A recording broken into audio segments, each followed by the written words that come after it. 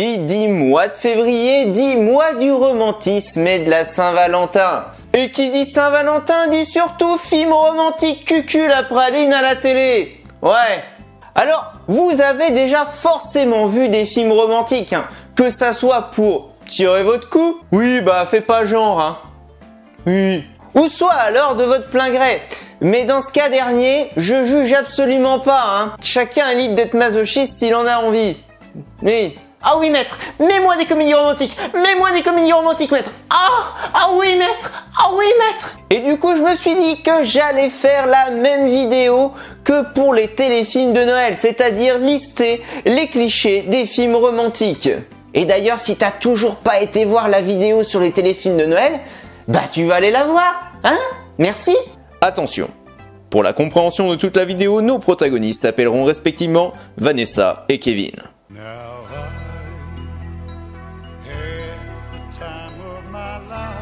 Alors celle-là, c'est clairement la scène incontournable du scénario type de la comédie romantique. Je vous plante le décor. Vanessa accepte le poste qu'on lui propose à l'étranger suite à sa dispute avec Kevin. Kevin, apprenant cela, décide de rattraper Vanessa avant qu'elle ne prenne son avion. Une course au ralenti dans l'aéroport s'ensuit. Hélas, et malgré tous ses efforts, Kevin arrive trop tard et voit l'avion où son âme sœur se trouve décoller. Un plan rapproché avec une musique hyper triste apparaît sur Kevin. Le plan rapproché diminue et s'agrandit au fur et à mesure pour voir la personne en arrière-plan qui n'est autre que Vanessa. Oh, le scénario de dingue! Et oui, Vanessa, s'apercevant au dernier moment qu'elle ne pouvait pas vivre sans Kevin, n'a pas pris l'avion. Les deux amoureux courent donc l'un vers l'autre au ralenti et s'embrassent au milieu de la foule. Vanessa! Kevin! Oh, Vanessa! Kevin! Vanessa!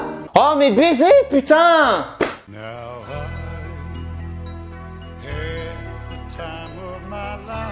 Vous avez toujours cette scène de pluie qui tombe au moment où Vanessa et Kevin vont se disputer dans la rue. Alors, généralement, Kevin a fait une connerie et Vanessa s'en est aperçue. Ouais, ou bien alors vous avez également le coup du quiproquo, hein, qui incrimine Kevin aux premiers abords. Et vu que Vanessa, elle aime pas trop réfléchir, hein, et ben elle prend tout ça au premier degré. En tous les cas, la finalité, elle est toujours la même. Vanessa largue Kevin dans la rue. Vanessa se barre et pendant que Kevin lui mate le cul une dernière fois, la pluie lui tombe sur la gueule. Et bien sûr, tout ça dans une musique ultra dépressive over 9000. It's over 9000!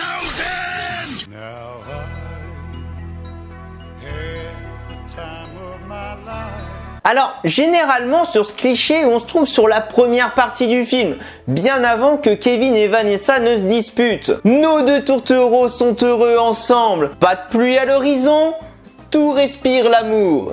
Du coup, notre Vanessa, elle a envie de chanter. Et c'est comme ça que vous vous retrouvez avec un karaoké improvisé devant le miroir de la salle de bain, avec des passages mignons du couple.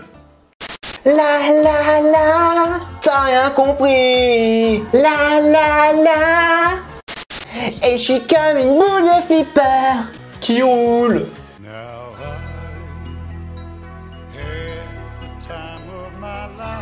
Ouais, dans les comédies romantiques, généralement, Vanessa, elle vit pas seule. Oh, ça non! Vanessa, elle est en coloc avec sa meilleure amie. Ben, c'est ma abaisse, quoi.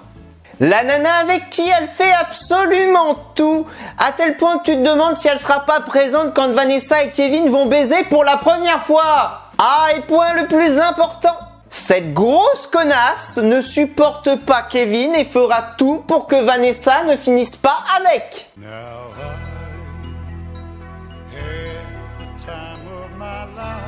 Ah, lui, il est toujours présent aussi.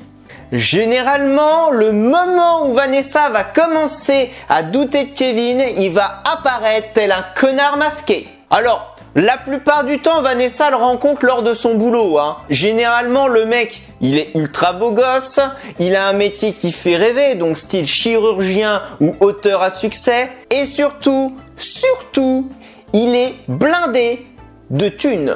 Et il fera tout pour séduire Vanessa. Soit en lui offrant des immenses bouquets de roses, ou soit en l'invitant dans le resto le plus cher et le plus chic de la ville. Et au moment où Vanessa va se séparer de Kevin, ce chacal va se jeter sur Vanessa. Parce que j'avais aussi pensé à bande de chacals, vous allez tous crever comme des chacals. Mais ça faisait 2 fois chacal. Et Vanessa, qui n'entendant que la voix de la sagesse, la voix vénale, eh ben elle va tout bonnement se faire sauter par ce connard. Tout ça pour s'apercevoir que justement ce n'était qu'un connard qui voulait juste son cul. Et du coup Vanessa, elle regrettera, donc elle voudra retourner auprès de Kevin parce que elle se sent mal et honteuse, et blablabla, et blablabla, et blablabla. Ah, y a pas à dire, c'est beau le romantisme.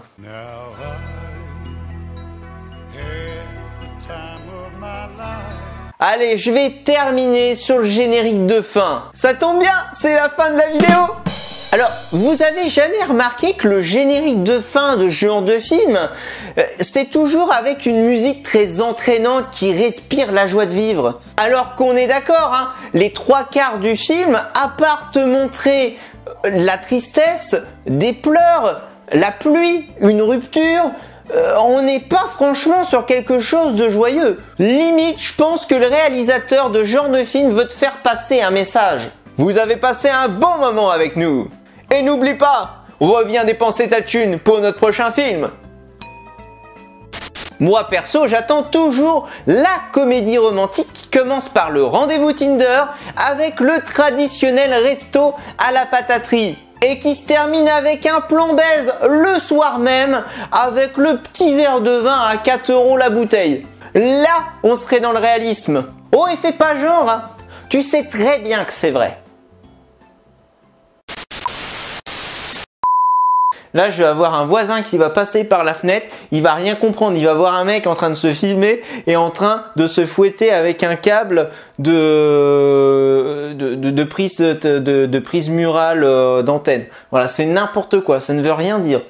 Un geek se fouette pendant qu'il fait des vidéos, ça tourne mal. Aïe, aïe. Je me le suis mis dans la gueule, c'est n'importe quoi.